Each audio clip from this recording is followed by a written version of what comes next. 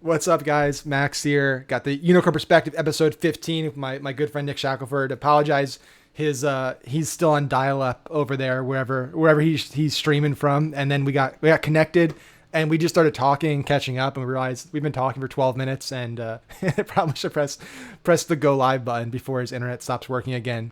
But yeah, so before we dive in here, just want to make sure everyone knows if you stay to the end today, you'll get Nick's 3-step system for making $1,000,000,000. It's one payment, actually 17 payments of $97 Yep, a yep, month, and you can't cancel it. correct. There's no way out of it. Never. Yeah, forced And Social continuity. Security is 100%. It's fun. It's funny, man. I because like I live in this world now so much, and so like I was talking to my dad the other day, and you know, my dad created a really big commercial real estate company and sold it, and now has a commercial real estate technology company. And so he's been an entrepreneur his entire life, and Right. he's pretty savvy when it comes to marketing and stuff. But like we're partners now in some of these networks, especially like the financial space, doing our wealth business and political business. And he got onto like one of the Agora, lists, right? Like for investing. Cause he's a customer Motley Oh, Fool and great. stuff. And he's just like, we joke about it. He's like, I can't get on. He's like, I literally unsubscribe from one list and I pop up another guy. It's like one day, like Todd Dietrich is emailing me, and then I say unsubscribe. And the next day it's like Todd Don'ter emails me. It's like, then Todd Steve. It's like, just you can't get out. And then he also got caught in like one of the monthly subscriptions. And luckily he is with Amex, like you can just eventually cancel it, but he's like, you can't get out of it. It's like, yeah, it's some black hat marketer got you in forced continuity, and you'll never be able to. It's like student loan debt and black hat forced Yep. continuity. You'll never ever be able to cancel it or get away from it. Um, but yeah, This man, is it's wild. great to get the chat today. So like, just on that thread, like, what do you think? Like, what are your thoughts? You've been in the industry for a long time, and I know we chat a lot about marketing, like with just that style of marketing, like just that people just hate. Like it just the worst you could think of, and obviously makes money because the people just can't fucking cancel it and get out of it. Oh, But like, what are your thoughts? yeah, 'Cause I I know got right now you're working on like you're actually building brands. You're doing things the right way, and I'd love right. to hear your thoughts on that. No, I have two separate thoughts on this. I so I've been in this game for about 6 years. Tim Bird was the very first person that gave me like opportunity to test and learn skills, right, at Agency Y. The first brand I was working on was I won't say the brand name, but it was basically male acne skincare, and I was so green that I didn't understand what rebills were at the time. I was like, Yeah. "Oh, rebill, no worries, yeah, let's do those." And when I started actually looking at the comments and the people going, "Hey, I've been trying to call you and I can't cancel. You're charging my account. There's no money in the account." And this was, I wish I would have caught that earlier, but as soon as you start reading, there's real people getting real charges, and you can just go through the demographics, right? Just looking at the pictures there, they're not the most fortunate people. And then you No. click through their profile and you go, damn, these people really are getting screwed. Like, how do you do this? And I understand why people get in trouble. Even Truth Finder, right? You remember that offer where Yeah. you'd have to submit your name and they'd find you. And then I'm like thinking through, these people are next level. They're just getting continuity on information. Oh yeah. This blows my mind. So I can't even get it. I'll tell you this one thing that literally my lady was crying yesterday in the car. We just hit 10-year anniversary. We're not married yet, and we've gone through a lot of shit together. We own a physical clothing store in Orange County. Okay, she's been getting people coming into the store physically purchasing on Shopify and charging back and saying that they did not receive. Max, I've never seen someone in person do a chargeback of not receiving product. And That's so we're going insane. like, what do we do? Like this is thievery. Like this is Yeah. actual thievery. I've never even had to deal with this. Obviously, as being on the agency side, we have two brands. But even when we're selling Fidgetly, and now currently we have David Vaughn, we're not dealing with any of that. One's a high end jewelry, so they're not going to charge back. It's unique. It's piece by piece. And earlier Fidgetly, it's kids wanted toys. So I've never had to deal with this. Do you or anybody else on the thread have insights to like how do I protect myself? Like what do I do? I know they said get cameras. That's step one. So we already have those. We're getting those installed again. but how do you protect yourself from in-store chargebacks? I mean, that's next level. I've never heard of that, or how you could argue that you didn't get the product when you bought the product in the store and then walked out of it. Um, yeah, And I we're mean losing. We're losing all challenges. that's really. Is it through like Stripe? Is that the processing on Shopify that you're using? Correct. Yeah, Correct. because Stripe's just a piece of shit. I hate Stripe so much. And it's like the problem with a lot of these companies, and we can get back to like how to, I think, maybe to deal with that, but like Sure. a lot of these tech companies are being built in like a 20-mile radius in California, and they're being built by the exact same people who have the exact same beliefs, who don't really understand how like businesses are being run, like real businesses, right? That aren't just Yeah. funded by some rich dudes that just pump in hundreds of millions of dollars and don't care if you make money ever, because you go public and then they'll make their money back until it implodes like we were. Right. But like they don't understand the model, and so it's all about like, well, we're protecting the consumer and stuff like that. And so they build out just AI, right? It's all, a lot of these tech platforms are built with machine learning and AI, and they're just looking at lots and lots of data and not looking at context behind the data and making decisions, right? So like Stripe's chargeback threshold is obscenely low.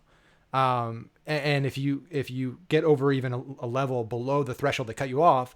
They start holding reserves. And this happened with our Trump coin. Like we started, Oh, yeah. we woke up one day, and they pulled like $75,000 out of our bank account for like a reserve, without asking us or saying, Wow. hey, we're going to be doing this if you don't change it. It's just like, hey, we're just going to take the money from your account, and now we're going to pay you on a rolling 30-day basis. Like it, and you don't. There's no human to talk to. There's no person to talk to, and I don't think we're at a point yet where the AI is good enough to be truly independent from humans, right? Like Yeah. you need to have the both. Like Facebook, like again, we'll just go. I don't give a shit anymore. Like Facebook, Facebook is. And I wore the shirt like as almost like a joke, but like Facebook is off. Like we make our living on Facebook, but I think it's the Yeah. first time in history where so many people have hated a single entity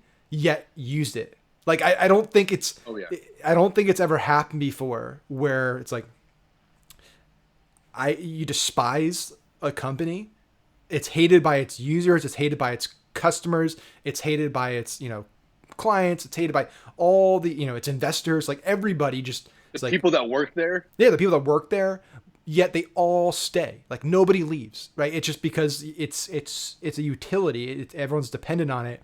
But even Facebook, for all its flaws, still has people that like, if, and again, this is debatable. Like most people probably disagree with this, but like if your ad account goes down, you can still speak to a human, right? It could take a long time, but there's still a But you'll human get someone. being who's going to review what you submit.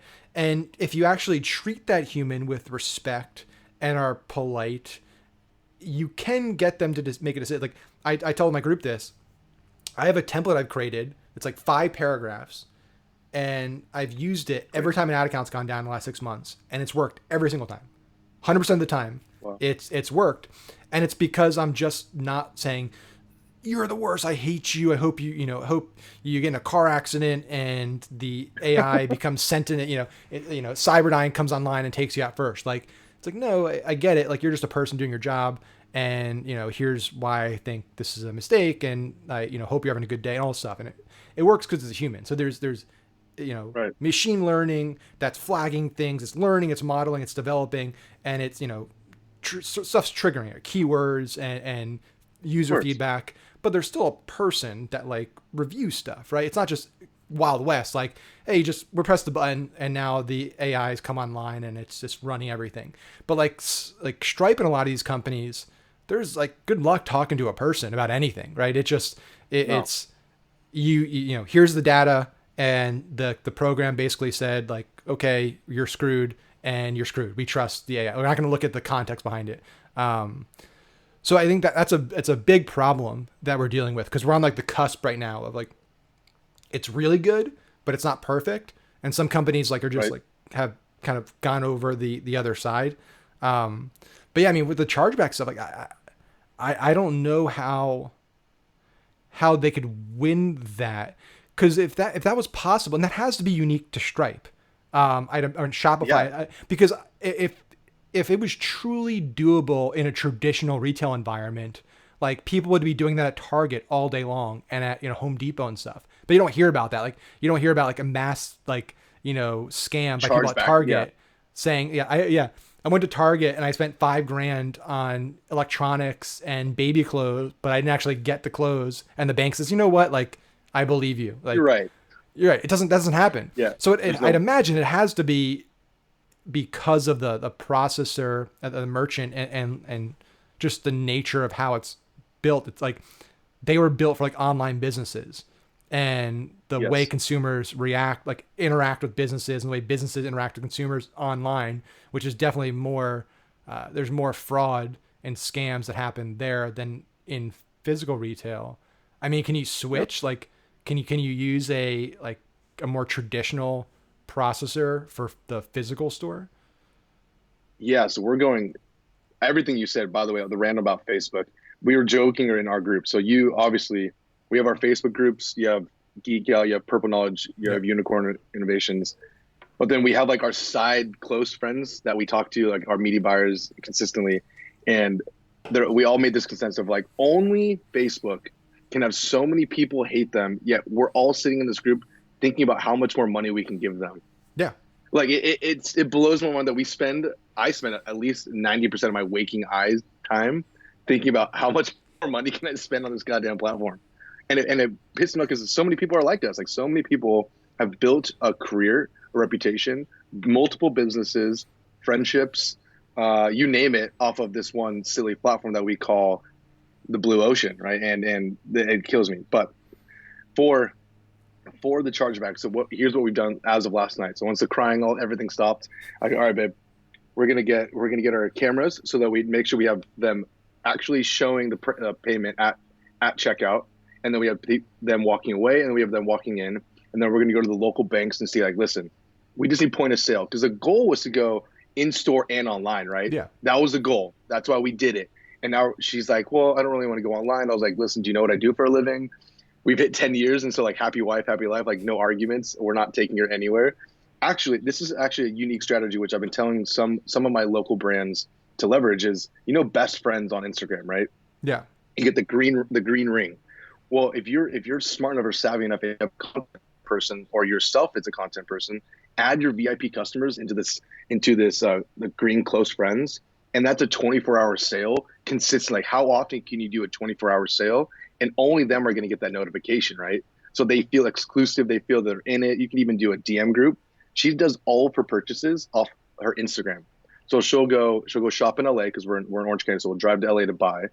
She'll get there. She'll go to the showroom. She's like, okay, bop, bop, bop, bop, bop. Do I like these?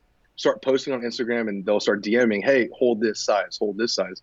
And I'm like, this is genius. Like, you don't need a Shopify store, especially if you're like digital and physical. But she's proven me wrong. I wish she would be online. I know that getting much, much better than in-store selling, which I will tell you, what was your first job? Do you remember that? Your first job Yeah. actually selling.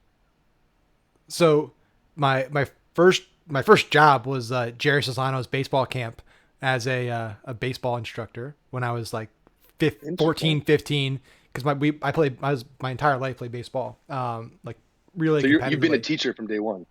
Yeah, so it's like, and that was our hitting coach, Jerry. Ooh, He's a minor league guy who played the majors for like a few years, and then became like a local town hero.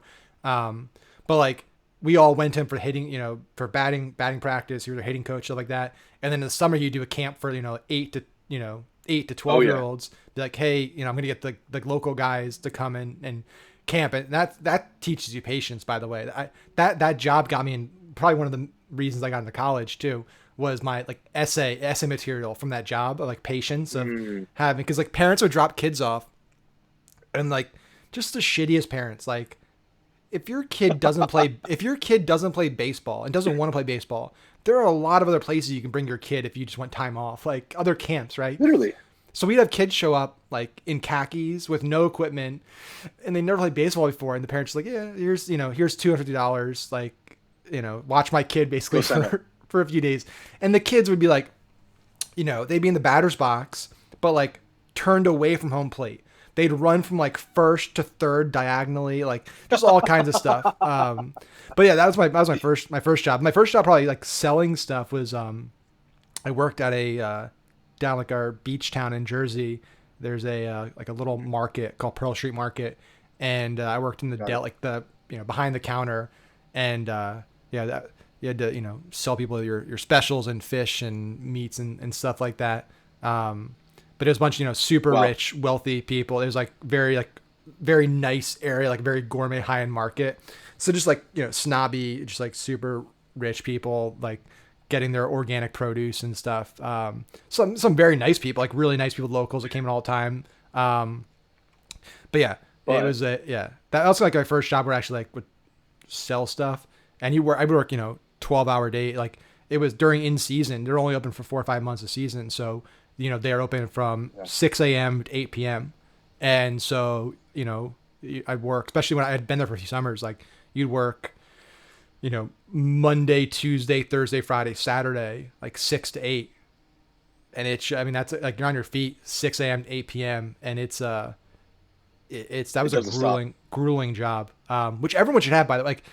And this is why I tell everyone when they're watching these videos, like we never have any agendas with these calls. Like this is kind of just me and Nick chatting and catching up. So, by the way, too, like if you're in the paid traffic group, we do a Q&A at the end. So if you guys have specific questions for Nick, feel free to drop those below the video, and we'll cover those at the end. But yeah, I mean, like I think there's so many people that are just getting into, going to not going to college or in college, and they're just like the first thing they're doing is starting like a drop shipping store or getting into and starting an agency and stuff. And I love the entrepreneurial hustle and stuff, but part of me is also like, there's a whole generation now of just like, and it's not that much younger than us. I think it started right with us on the cusp, and then it really got bad. Like entitled, kids that are like, for sure. I feel it. I'm a millennial. I'm a 29-year-old guy. Yeah. And it's just like, they're coming out of school or they're in school and they just like expect like, I'm going to start the next Facebook or like the next app that's gonna be hot, or like I want a job that pays me $75,000, $100,000 a year out of college. And like a lot of people they're not willing to work those really shitty jobs. Like not many people want to work a deli job where they have to get up at 5 a.m. every day and work from 6 a.m. to 8 p.m. 5-6 days a week, making $9 an hour. But like I wouldn't trade that for the world. Like that doing that for like 4 summers, I mean, it really helps like ground you and helps you appreciate everything you do have when you do start having things. If you don't do that, like you don't really understand what like hard work is, right? Like most people are doing on a regular basis. And when things go tough, you're much better positioned mentally to be able to deal with them. No, brother, I relate to this so much, especially. So you talked about, first of all, this tells a lot about who you are, right?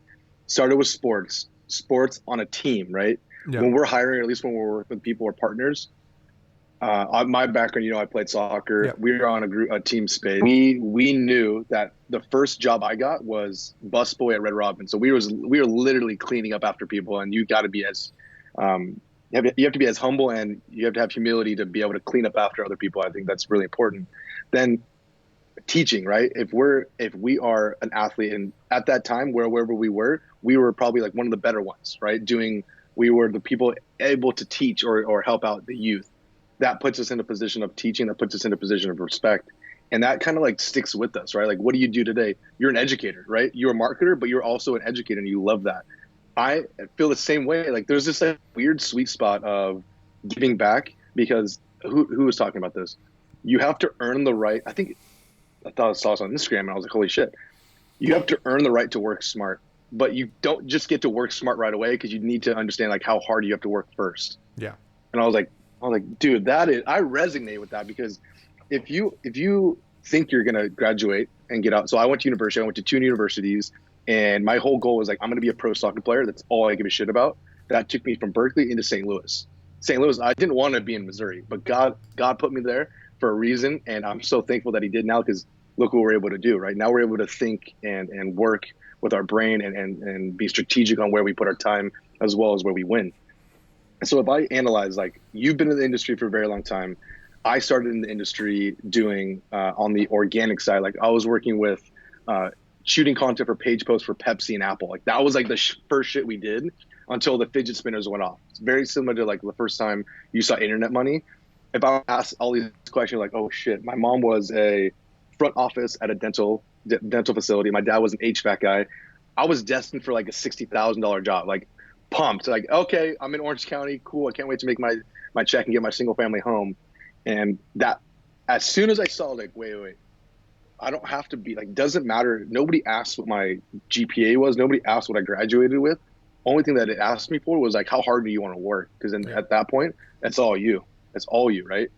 And I think your group, the people that are in your group, when I look through the posts and the comments, there's two types of questions, I believe. When they ask a question and it's more of like, hey, I didn't put any thought into this, but I want someone else to give me the answer. Yes. Or it's, hey, I've thought of this and I don't know if this is the right path to go towards. What do you think? Totally different questions, but you're using the same words. How do you feel about when someone comes to you for help? Because, brother, if I take a small glance of what you do versus what I do, my messages are destroyed. I can't even log into Facebook. I have to hide that I'm active on Facebook because the messages don't stop, whether it's a text, email, or Slack. How do you, I would say, filter the responses or the questions that you give to others? Yeah, it's a great question. And by the way, this is my show, so I'll let you ask that question, but I ask the questions here. Yes, sir. Yes, sir. No, it's funny.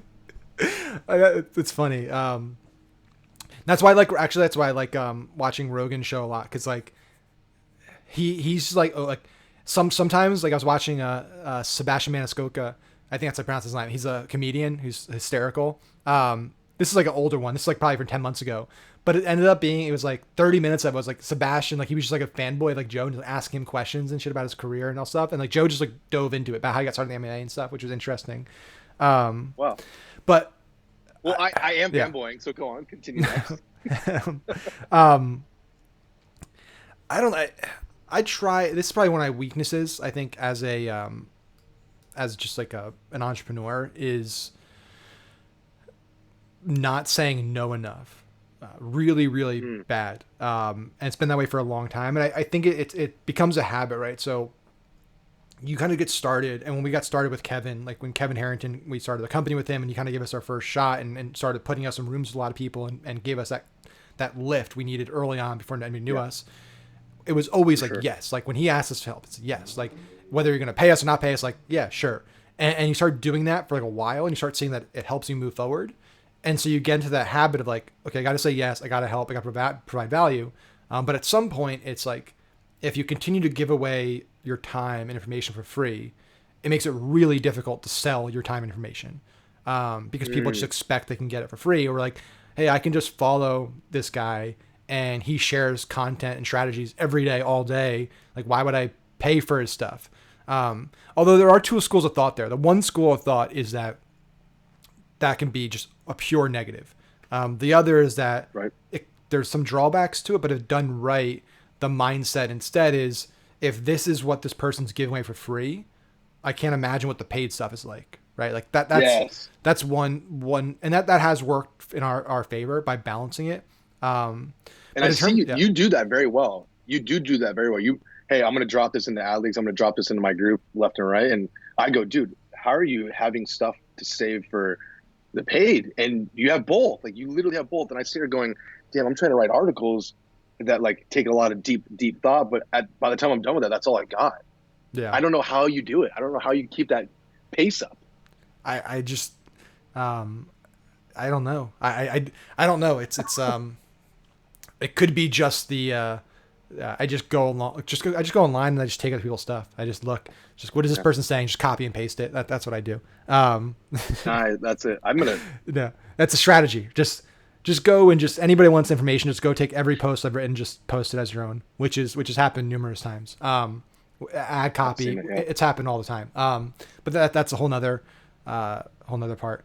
I would say like for me, I'm more than happy to help anybody if it's clear that they like don't want me to do it for them. Like it's a subtlety, right? So I think if there's somebody that messaged me on Facebook and they put a lot of time and thought into it and like, hey, like, this is my business and I started this year and this is why I started. So I'm passionate about it. And I've tried this, and this, and I'm really struggling with this. And like, do you have just like, a minute of your time? It would be amazing. Like just if you provide feedback on like what I'm doing wrong here, like something very specific. Yeah. Cause that says to me, like this person is not just looking for like me to build their business. Like, I guess the best way to think about it is I'm investing like at that point, because they're not paying me, I'm investing in them. I'm investing my time into them. And if I'm going to invest my time, I'm going to make an investment in anything, I want it to have an ROI. Now, it doesn't have to be an ROI physically or, like a money ROI for me, but just like knowing this person can actually do something, that makes me happy too. Knowing like, hey, this person, I helped them 3 years ago and I see that they're crushing it now. And the person that asked that question is much more likely to get to that point, right? The person that sends me a message or post in a group saying, here's my store. What do you think? It has 5 sales. I spent $200. I think Facebook ads don't work. Like, what should I do? Like, I could write a essay on every strategy to do, everything to do. It's not going to help them because it's a mindset. Like it's not even about like, this is what people need to understand. I think you can definitely illustrate this, and I'd love for you to do that. Yeah, I will. People have this assumption that there is a secret strategy or formula, or there's this, this like secret cabal of like media buyers that we all meet and we all come up with the golden strategy, right? And Tim would probably come up with a cool name for it because he's the best coming up with names. He probably has a secret name for this. And it's the golden cabal strategy that Tim Bird created. And it's, if I do it and I just copy and paste it, I make $1 million. Like I do think there are a lot of people who think that is a reality, right? And the truth is that like I have a lot of strategies that I've developed over the years, but like I can give that strategy to you and you could try it for your business. It might not work, right? It might just tank. It doesn't mean the strategy doesn't work. It just means that it might not have resonated with your brand, your audience, the data you have, whatever, and vice versa. Like I might take, one of your strategies or Tim's strategies or whatever and try it and like didn't work. Doesn't mean like the bully method doesn't work. It just means for this audience, this time of year with this creative, it bidding high and then didn't work, right? Exactly. And so if that's the reality, then you need to think, well, okay, it's not about the strategy. It's about like, what do you actually sell? Like, what is your offer, right? What is unique about you? Yes. What is your brand? What's your story? What's your mission? What's your purpose? What's your identity? Can I create a compelling offer, compelling creative, compelling, like I just saw an ad. I have it pulled up over here from this company called True Mouth Check. They literally have, it's a page. I mean, they literally have 19 people that like it. It must be a brand new page, brand new offer. Literally one of the best ads I've seen. It's an ad for like oral care for dogs, personalized oral care. Go to this, everyone can go to this page. If you go to True Mouth Check and you go to their sponsored posts, it is awesome.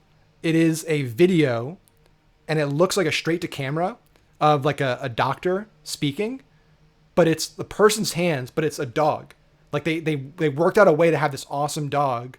And so they're talking about oral care and stuff and the hands are moving, but it's like a dog talking. It's hysterical. It's incredible.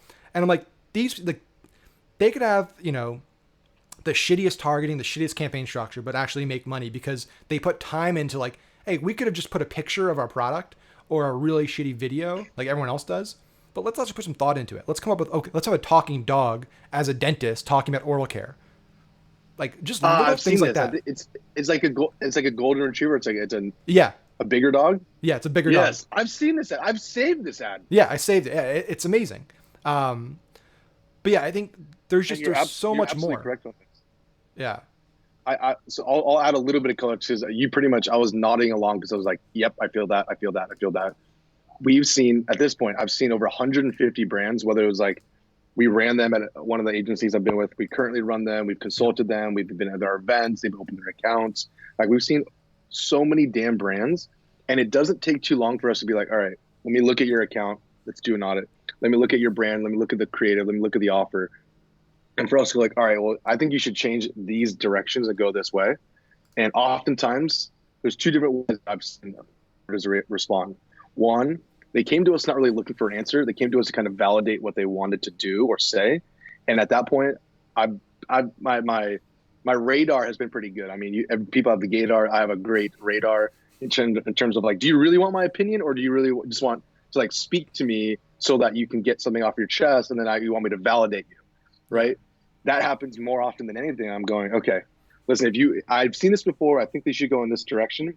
Follow back with me in the next week or 2 weeks. Never follow back. Never follow back. There's no input. There's no execution. And I think it's absolutely true about like charging for time, because when you say you were to quote somebody on consulting, say you were to quote somebody on working with you to a degree, thankfully, we're at a point where we're able to be extremely selective of like, hey, if I'm going to allocate X amount of time here, that means I'm literally choosing to not make or put time on something that I'm doing or something that another partner with massive upside is wanting me to work on. So if you don't come to us with a position of, hey, I value you for your time and I value you for your understanding and expertise, we can't partner. Like, there's no way. Like, this model is ridiculous. We're in LA, and I know for a fact that the largest agencies, the big, from the creative to just performance, are literally cutting half their staff. Oh yeah. Yeah. We're getting texts left and right going like, hey, if you have any opportunities in your area, like in Orange County, like let us know. I'm going, what do you mean? Like, I thought you were at so-and-so's agency. They're like, yeah, it's some people are getting let off, some people are getting changed. And I was like, okay, so what happens now, right? Let's fast forward to obviously what happened with Trump last night. There obviously has to pass the next stage, but say we come into 2020 or 2021, and I've done as much research as I can on this, so I'm definitely limited to what I've been searching. Recession hits. Recession's coming, right? Something's coming. Who wins? And I'll start first on this. Is like us as a performance marketer, us that have proven results, us that our job is to create revenue from thin air. Is it the marketer that wins? Is it the brand that wins, or is it the networks that win? Because I think right now the marketer wins, because now the brands, if you aren't a performance person, or if you don't come from a marketing background, you're needing help. Guess who you need to go to? The people that have been doing courses, the people that have been doing just buying, thinking that like we've had one minor success, they are going to be found out to not be able to power through these downward trends, these downward times, so that those that are actually winning or having the results or having the people they work with, they're just going to get, the gap is going to increase, and the marketers that are winning are going to be the ones that benefit the most if I see an economic downturn coming. And I've literally, Max, I've been thinking about this so intently lately, because I'm trying to go, I'm 29. There's a lot more money to be made. There's a lot more opportunities to be taken after. And I'm trying to go like, okay, is this where like the diversification changes, right? Because we've been all e-com. We've been all like build brand, because we think like that big payoff will come. But it is now like, okay, get liquid.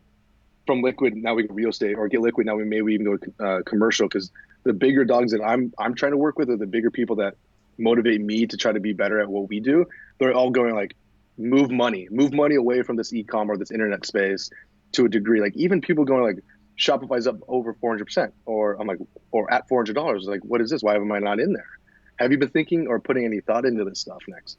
Yeah, I mean, that's a great point. I think Ooh. people forget like how bad things get, right? It's an amazing, humans are unique in that we have this really amazing ability to push things down to like the back of our mind, like forget things. Like, we can experience horrible things, like it's like drugs and alcohol, for example. Like you can be addicted to something. You can know something's bad for you, and you can do it for months and years, and you can get off it, and you know how painful it is to get off. You can go through it and then go right back to it. Like, there's certain things about humans that like we become incredibly irrational and make decisions that like don't make any logical sense. And I think a lot of it, like, we look at recessions, like 2008, and I think people forget, like 2008, 2009, and I was still in school, so I wasn't working then or doing marketing then, but well, I was Same. but my dad was running NAI Global, which is the name of the company that we sold. That my grandpa started at a nothing and grew it Wow. to 375 offices in 55 countries with 5,000 brokers. It was the biggest privately owned commercial real estate Jeez. company. I saw 20 years of a company being built and grown to one of the biggest companies, and literally on the verge of going to business, like this close to losing everything. Um, and like people forget, like the world is almost over. Like we were like this close to everything disappearing, like just the whole thing crumbling. And It literally, that's huge. yeah, That's a huge. There's so many families dependent on that. yeah, Wow. everything crumbling. Like if the Fed in DC and the banks like didn't make a deal and didn't do the deal exactly. I mean, it was crazy. And there's documentaries about it, like people can go and watch and just understand, just how crazy and how bad it really was. And most people don't understand how close we were to the verge of just like the world being over essentially. I mean, this go around, and I don't want to bore people with like economic talk and stuff, but like there's no levers to pull, right? So like usually you have kind of interest rates you can move, you can put money into the economy, which is quantitative easing. There's levers like the Fed can pull to, if inflation goes up, we can make adjustments. Inflation goes down, we can make adjustments. Like there's things that can be done, right? But like right now we have historically low interest rates and historically low inflation, which shouldn't happen, right? Because we all know, like, if I have really low interest rates, it means that more people should be borrowing money and spending money, and there should be more money, and that should lead to inflation because there's more people buying stuff, right? So prices go up. That's not happening. So, like, if there is a major recession, there's not much that can be done. There's like no, like the tool chest is kind of empty right now. So yeah, I mean, it's inevitable that there'll be another recession, whether it's going to be a massive recession like in, the Great Depression or in, 2008, 2009. That'll be, yet to be seen. I think what really just circling back to like what can be done, it's inevitable it'll happen. I think it is important to realize that like you need to plan for that. I know it's not fun to plan for bad things happening, but bad things do happen. And the only thing that's worse than bad things happening is bad things happening and you're living in a fairy tale and thinking they're not going to happen, and not being prepared.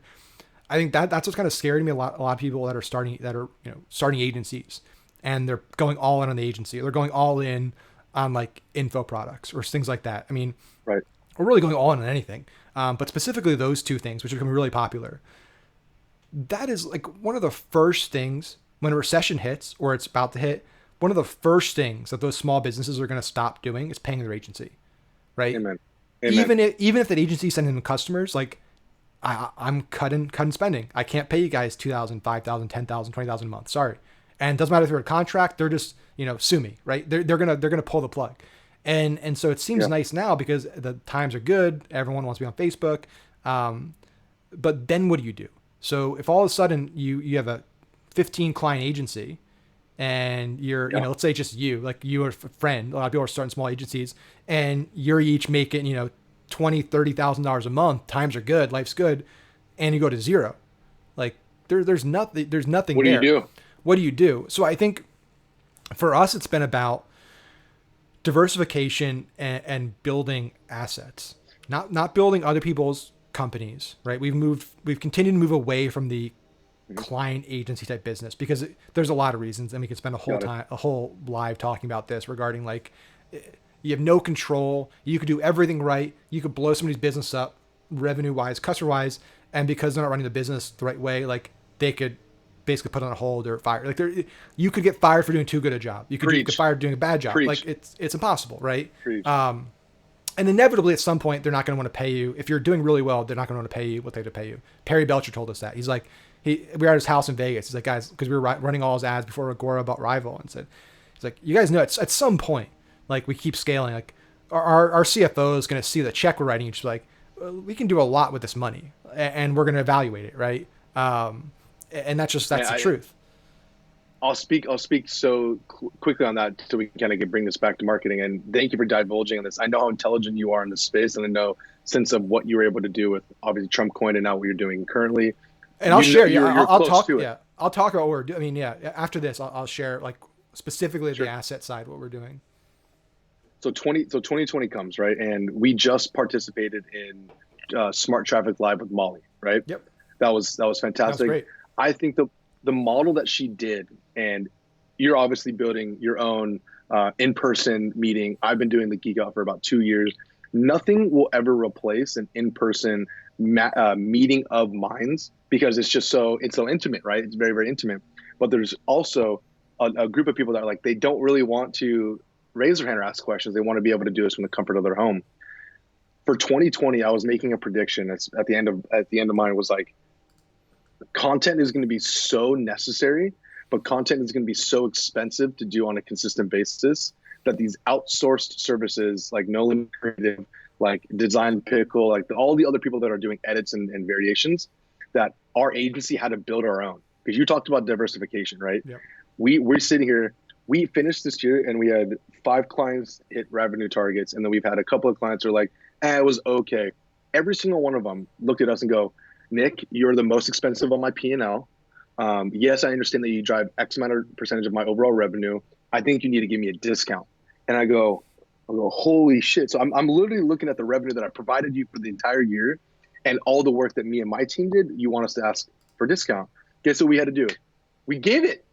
Yeah. We gave it. What are we going to do? We're going to say no. Like, sorry, we don't want to be a partner on this. Of course. Like, of course we're, as an agency, and this is probably like the sexy thing about it is we get to learn on other people's dollars. At the end of the day, that's what we're doing, right? We are good at what we do, so we get to leverage our ability to not have to put our own capital in. Now, when we sit here going, okay, diversification, agency model moving forward, what does that look like? Well, it looks like content creation. How do you outsource? How do you build a program around that? It looks like consulting so that you're not putting your dollars and your effort on the line to, I wouldn't say dollars, your effort or your expertise on the line of running traffic. And the last thing is obviously running the traffic for those that you believe you can make a change in. Yeah. That is for us, like the model that we're pushing it into 2020. And the last thing there that I've been asterisked around and I can't get my head over is creation of an info product. And I'm going, in the past, I've thought of like, okay, that info product might be outdated, which means I have to continue to create and update that. But then there's still things that are circling around. If you just search anywhere online, people are going like, oh, check out Maxwell stuff, check out Foxwell, check out A, B, and C, check out John Loomer, check out all these people. And there's still like relevant information because it's the thought work behind it, right? It's the how they're tying together these theories and ideologies with legitimate examples. Because it honestly doesn't matter what business or brand you're using with it. Personally, I think if there's a strategy that someone can implement on a brand, it's worth trying. We all should understand that Facebook is a tool that anybody can leverage to learn about their business, right? That's all it is. It's a learning tool. Is the smarter the marketer, it's really just the person that understands how to interpret it better. Yeah. If you can't interpret it better, and you're unbelievable at telling stories, and you keep people engaged through the message, and that message is the insight from the data that you get them. I sent this to somebody else yesterday. Braille, like if you're reading Braille, like you understand that says something. It's like getting an export of data. You see, you're like, oh, thank you so much for those numbers, but I can't read this. Like, what is this actually saying? You need the person that's blind able to explain to you what it is you're reading, right? That is no longer give me an export and look at these trends up and down. It's, hey, what are these consumers responding to? And that's always creative tied. Always creative tied. Totally agree. Yeah, I love this. I love this topic. This is my favorite thing to discuss. Yeah, I think back to like the asset thing and the strategies, because you're right. I mean, the clients are the client business is. I always make this, like, I try to make this a disclaimer when I say things. I never make like definitive, universally accurate statements where it's like has to be done this way and it can't be done another way. Like, yes, we don't operate we don't operate like in a binary world, right? Where it's yes or no. I think we still have agency clients, but we do it because, like you said, it's, hey, somebody who's paying us money to try a lot of cool shit. And we enter those relationships with the assumption that this person is not going to be with us probably a year from now. Like the reality is, Amen. they're just, they're going to be gone. And so let's make as much money as we can now, learn as much stuff, and then plan for what we're going to do when they're gone. But I think you need to have something that you can fall back on, that, if everything else goes away, if the info product clients dry up and the clients dry up, that we can still make our own money, right? Like, that's really the thing. It's like, there's still opportunities to it's like building your own house instead of building somebody else's house. Like, I can still use my skills to make this asset. And that's why we have, politics and wealth, and we can use these assets to play to those like changes, right? So we know, hey, when a recession starts to happen, people start buying survival stuff. Like, there's certain trends that happen, and we know, like, let's build audiences and assets that can be monetized, whether the economy is good or bad, right? The wealth space, the finance space. People, when the market's good, they can make money. When the market's bad, they can make money. People can make money regardless. Like, you can short stocks. Like, you can do a lot to make money if people are losing money, right? But you need to have something there, so when those tides turn, like, you can sell people stuff. You need to start developing your own audiences, your own assets, and you can't be 100% dependent on Facebook and Google to get new audiences all the time, right? And that's why we're working on building lists and building our own audiences and building our own properties internally, because of that. Smart. And then also just like, if you're really good at what you do and you're willing to put up capital and invest, like, put money where your mouth, essentially, there's a lot of people who want you to help them. Like, there's a lot of people who are willing to pay a premium for customers, right? If we're talking about networks and stuff like that. We had somebody reach out to us like a week before Black Friday Monday, saying, hey, we have this offer, and they really, really want to scale. They're doing a special deal, special CPA. Like, what do we need to do to make it so you guys can drive a lot of volume? So we need this, and this. And they did it. And,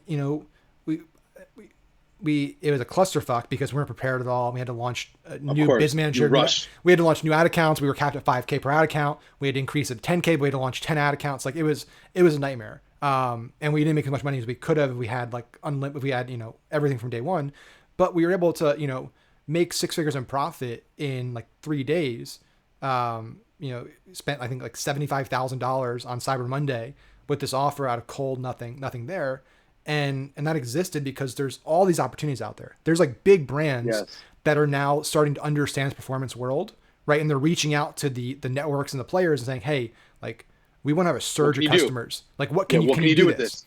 Like, we want to get 20,000 customers this weekend. Like, what do we need to do to make that happen? And they're the brand, so they know, like, even if we go in the hole, like, we know our numbers. We're a big brand. We know we can make the money, so we're willing to do this, and this. Like, there are a lot of opportunities like that out there. Dude, you're but you need to be able to take. You're so you need to be able to take risks. I think that's what we started learning is, like, the agency world and the social media marketing world, like all that stuff. It's very safe. We had this discussion last week in a partners meeting. We said, like, I think for a long time we've been playing it safe because you go from a world where you have no money, you're making no money, and you're living paycheck to paycheck, to all of a sudden making good money, and your lifestyle changes and your world changes, and you don't want to lose it. And so you still play like you were playing before because you just don't want to lose it. But at some point, like, to get to the next level, you need to start playing aggressive. You need to start taking risks and making investments and trying different things and move away from this like very conservative strategy of building a business to, hey, like, we're gonna take some big swings. We're probably gonna miss some, but like, we're gonna hit several home runs, and like those home runs lead to subsequent home runs. Like this partner now is like, hey, like, we want to do stuff like this every quarter now. Like, what can we do? This is huge, and that's gonna lead to probably 7 figures in profit this year from that one opportunity. And it's because we just took a risk. Initially, we're like, should we do this? Like, this seems kind of risky. We're fronting all the capital. We're basically going to call Amex and say, like, what can you give us limit-wise? This is happening. Like, just what can we spend before, and they're like, okay, this, and it's okay. And we just, throw it on there, spend as much money as we could, backup cards, max those out, like, and then, but yeah, I mean, it's scary. Like, it's scary when you look at your, log into Amex and see, like, yeah, we owe Amex $250,000 after 2 days. Like, I hope we get paid. Like, and that's not a, that's a scary thing, but it's like, if you don't do that, you can't have the wins. Right. And at some point, Like Oh, those people that are willing to take risks and make big bets are the ones that like survive and thrive in risky, uncertain environments, which is what happens when there's a pullback or a recession. this is incredible that you hit this because you were talking about taking risks, or at least. So I look at risks in two different ways, especially for us because we do deal with good deal flow. Usually, our decisions are we going to take this or are we not going to take this, right? Yeah. And the risk is if we take this with the expectation of it going to go hit the moon and it doesn't, we're like, God damn, we could have taken A, B, and C. We could have taken B, C, and D versus that A option, right? We have a brand reached out to us. So we are not a lead gen team. We are an e-com team through and through. We are our very first lead gen play. And you're familiar with the credit space a little bit? Yep. Okay. Yeah. So Step, you've heard of Step? It was Yep. an app. It was for teens credit cards. So we were the team that ran until they got their raise with Stripe. Okay. We were the team. We were the only people that ran that offer. We were the only people that did it. We did it on Snapchat. We created the content, everything. Then we get hit up from a brand recently called Lolly. Are you in the Bitcoin space at all? No, we're not in it. No. Okay. So Honey, you know Honey. Yep. Honey got acquired by PayPal for Yep. $4 billion. Well, there's another like Chrome app plugin called Lolly. Lolly does the same thing except it'll apply Bitcoin to your account when you purchase on partner sites. They go, hey, we want to run the same exact playbook as Step. Full disclosure, Step paid us just under 6 figures for a small period of time of work. I went to them and go, listen, this is what it's going to cost. We've already done this before. At that point, that they're so high up in the market, they're like, that's fine. Yeah. No discussion. No discussion. And I'm going, there are so many of these businesses and brands still getting this influx of capital that I'm going, okay, that person didn't blink an eye. And we've been trying to pitch these people over here and they're trying to nickel and dime us. Like this is why this industry is so ridiculous, is because it comes down to the confidence and it comes down to the track record. At that point, then you just get to choose who or where you want to go with. Think about all the low end marketers of going, they're looking to charge 2 to 7K, right? Like that end is you can get a lot of different type of marketers that have different variances of skill. But as soon as you get above 15 to 20, you're working with a different echelon of consumers. And took us 6 years to get to that point to where we get to have those conversations. But now we're going, okay, if that dries up, if we have a whale and you lose one whale across the entire network, across your entire portfolio, that shifts, that's people getting laid off. That's people getting, it's a risk that we have to deal with, especially on the agency model that I think you guys are doing it the complete opposite direction. I'm going, hey, we understand what we can do for them. We have to do it for ourselves so that when things do change, we have to build it up. Yeah, I like that. I appreciate that. That's why we have lesson.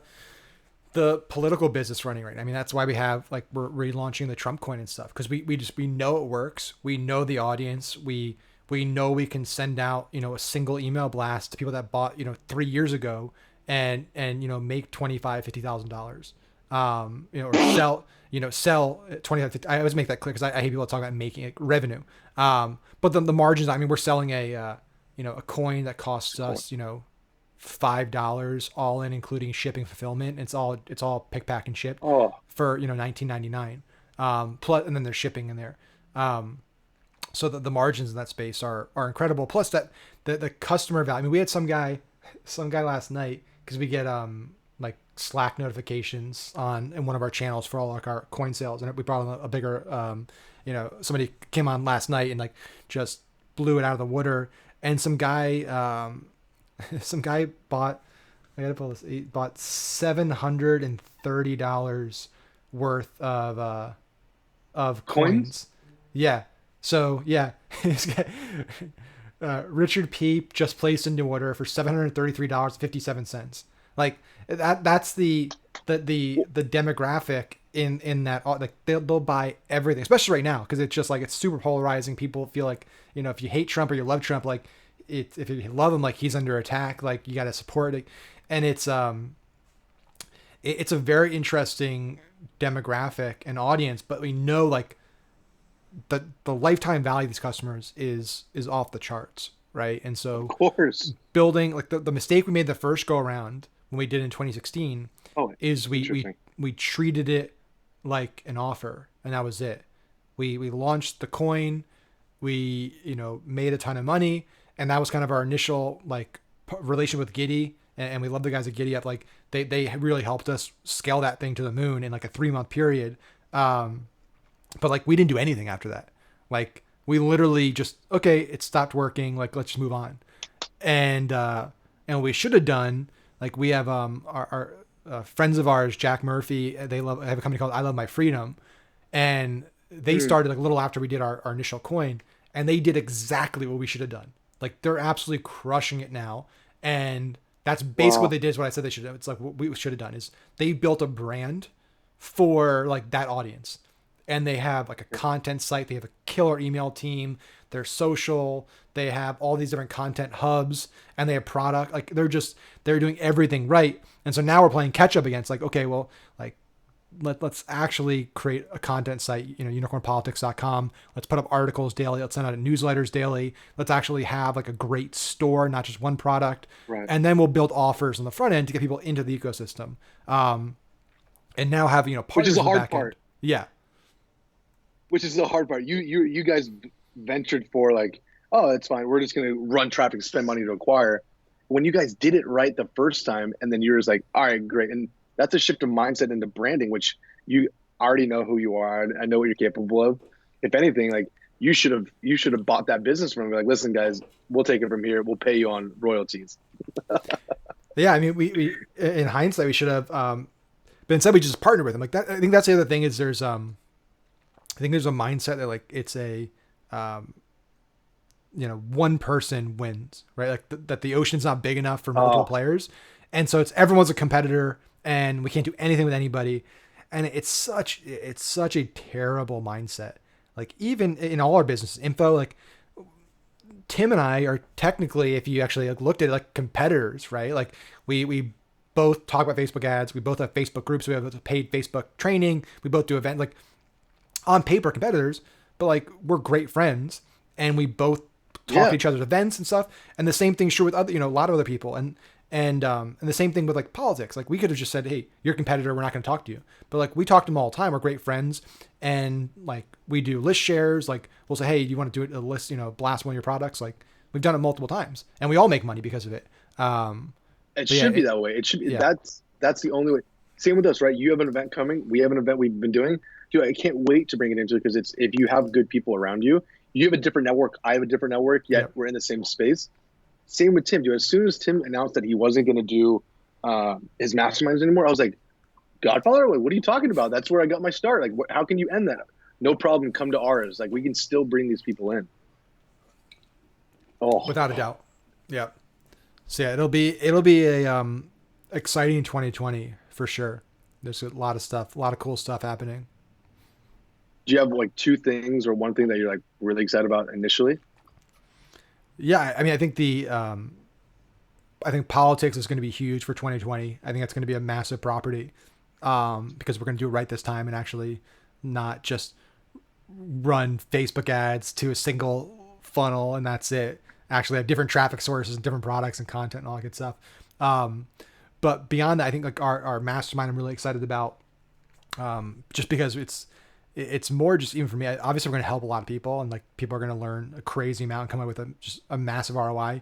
But just to bring together so many amazing people that we built relationships with over the years into a single room, into a single place to share and teach and collaborate and network, is going to be crazy. And like, obviously people can tell if you look at the price we're charging for it.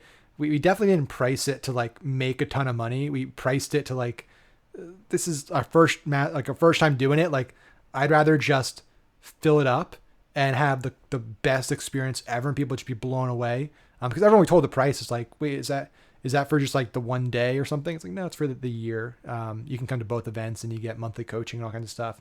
So we're not really making money on the ticket, but we're focused on building deeper relationships. And we've always made way more money by kind of investing in relationships up front and then cultivating that over a period of time. And then, amazing things come from that. Then we have trying to make, as to do a cash grab up front and then bail, which is what a lot of people do. A lot of people's like, how much money can I take from somebody day one, under deliver, and then vanish or move on to the next person? Amen. Dude, we're pushing year 3, and Pete, let's put it this way. trafficking conversion, right? You know how big trafficking conversion is now. Yeah, it's massive. Trafficking conversion is huge. I just got back from the affiliate world, right? If you do it two different ways, right? That's built. You got sponsorship money, you got attendee money, you have travel, you have all this staff, or you go like individuals like us. Like we have yet to make any money other than compensation of travel for year 3 of Geek Out, right? We're sitting here going like, why are we doing this? Well, we get to bring all of our friends. We get to learn selfishly. You get in a room with all your smart people. There's 100% guarantee that you're going to learn shit that you would else had to seek out or have like an individual conversation with these people. But now they're in a group of others, and everyone's sharing. You benefit the most, and you're like, Maxwell, thank you for bringing me into this. The person who taught me this was Ed O'Keefe. Ed O'Keefe goes, he wants to bring all of his friends in. Even if you do the war room, you just sit there and you just listen to all the smart people discuss it. And you, for facilitating it, you like, hey, come to my space, come to where I am at, right? And even for us, we have LA, we have a couple other ones moving in, and we know that we're building an experience that if anybody does need anything in the future, who are they going to think of? Max gave me a great experience. I met some great people because of him. Now they get to do business. Same thing as what we want, right? You have that brand, and I hope you give everybody like specific unicorn stuff that would be like super cool, because we definitely are. I think what we love. Okay, good. We have one new one coming out. I partake. I do smoke marijuana. That's something that I do. James as well, and we're giving like Geek Out like rolling papers. Like we're like, why not? Like we're just gonna do one little thing. Yeah. And so that's the cool thing about building a brand that's around people or personality is it's ours. Like you're a unicorn. Like that is your thing, and no one can own that. No one can take that. Like we like to be geeks. Like that's what we want to do. So I think 2020 for us, facilitate some more of this in-person stuff with our events, and then facilitate how do we build content? Like how do we build more content? That's the biggest issue that I'm trying to deal with right now. Yeah, content's tough. It's definitely a labor of love, and there's numerous times where I'm just like, I've worked for 10 hours today on 3 or 4 different campaigns, and like I just want to go play Call of Duty or spend time with Larissa and our dogs, and like it's like, but I got to shoot a video, or I got to answer questions in the group, and as the group grows, there's more and more questions, and they get more and more complex, and it requires more time. So yeah, just scaling the team's also a big goal of 2020. Bring on more help and support so I can have a little more free time. But that's challenging. Hiring the right people is a very, very difficult thing to do. So that's why I had to work with. Now we have like 2 headhunter companies, because we just like it's doing it any other way we just weren't getting the person we wanted. We were wasting time interviewing people that just weren't the perfect fit. Wow. Yeah. This is tough. I don't know how to get around this. But if you have any notes on hiring the best person, we have a couple of them. We want to hire immigrants. We want to hire former team high level performers. Like you were on a baseball team. I was on a soccer team. We don't tend to hire tennis players or golfers because they're very for themselves. So if you play that, I hope it's a hobby. They have a checklist on there. Did you play golf or tennis? And they're automatically disqualified. Tennis. Thank you so much for coming. And then those that like served our nation, right? Like they understand sacrifice. So those are like our 3 initial check boxes we try to get them to solve at the beginning. What if they're military that play tennis or golf? Oh, does one supersede the other? I think, damn, that's tough. Great question. I think because of the effort they had to go through to serve, they'd be automatically fast tracked on in. Yeah. Let them play tennis. That's fine. They probably play doubles. I hope so. Oh my god. Yeah. Awesome, man. Well, I just realized it's 2:15, so I've kept you for too long.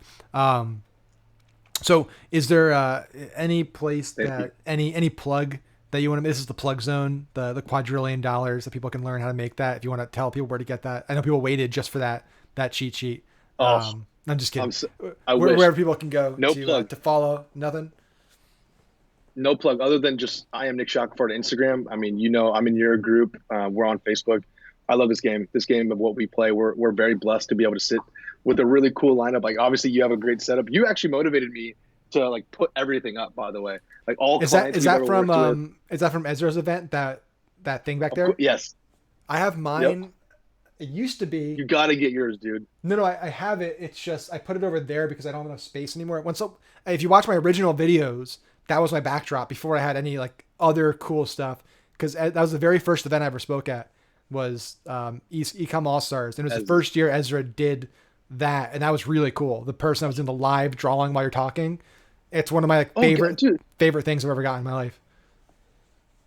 First of all, he does the perfect spacing, and they finishes as you finish. I don't understand. What? Yeah, it doesn't make any sense how somebody in their head is mapped. They don't. I guess they had my slide deck, but like still, like, it blew me away when I got it. I was like, this is the coolest thing ever. I've been meaning to get like framed and stuff, but we don't have enough space, so we just went into contract with a home we're building, so we're actually gonna have more space. So as soon as that happens, I'll have space to actually put more cool stuff up, because you can't even have this badass back here, this badass Batman canvas that this local artist made, that it's Ben Affleck's Batman, but throughout it's got like 17, it's like layer upon layer upon layer, and it's got like every other type of like Batman, from like, Adam West back in the day all the way through.